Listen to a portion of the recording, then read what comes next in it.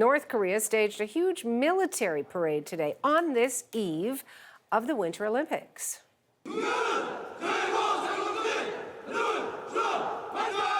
The country's leader, Jong-un, you can see him there in the black coat saluting troops. He marched by. He told the crowd the parade marks North Korea's emergence as a global military power.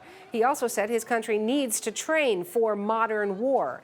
CBC's Sasha Petrusik has more on today's massive military display and how it's being received. On the eve of the Olympics here, North Korea was sending some very mixed messages. On one hand, the center of Pyongyang was the scene of a major military parade.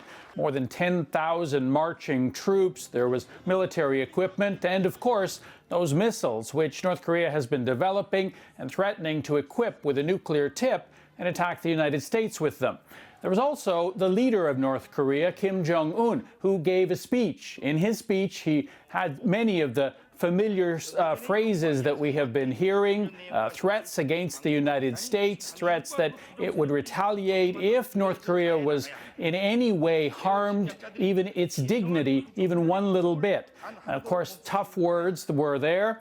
But here in South Korea itself, North Korea actually was putting on quite the show. It is a charm offensive here. They have a cheering squad that's been all decked out, all of them women, more than 100 who have come here. They're going to be sitting in the stands and cheering the athletes who will be walking in together with the South Koreans tomorrow night, as well as the other athletes, the women hockey players who will be playing with South Korea here.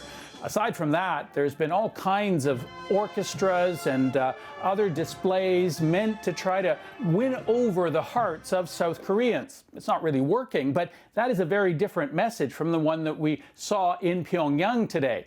A lot of people are confused about that. But one of the other things that's happening here is that this big event, the Olympics, even though the actual rhetoric that we're hearing from the North has not changed, it is creating an opportunity for the United States and North Korea, and certainly South Korea, to talk in ways that they haven't had before. U.S. Vice President Mike Pence arrived here today. He's been saying that he is not asking the North Koreans for any kind of talks or to get together with them, but he's not ruling it out.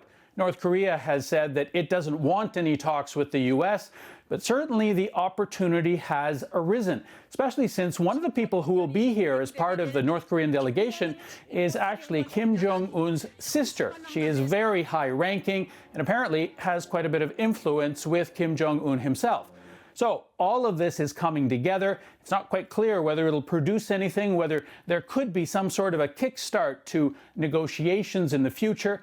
But for now, the mixed messages, and I have to tell you, everybody here is just as confused as anybody else in the world. Sasha Petrusik, CBC News, Seoul.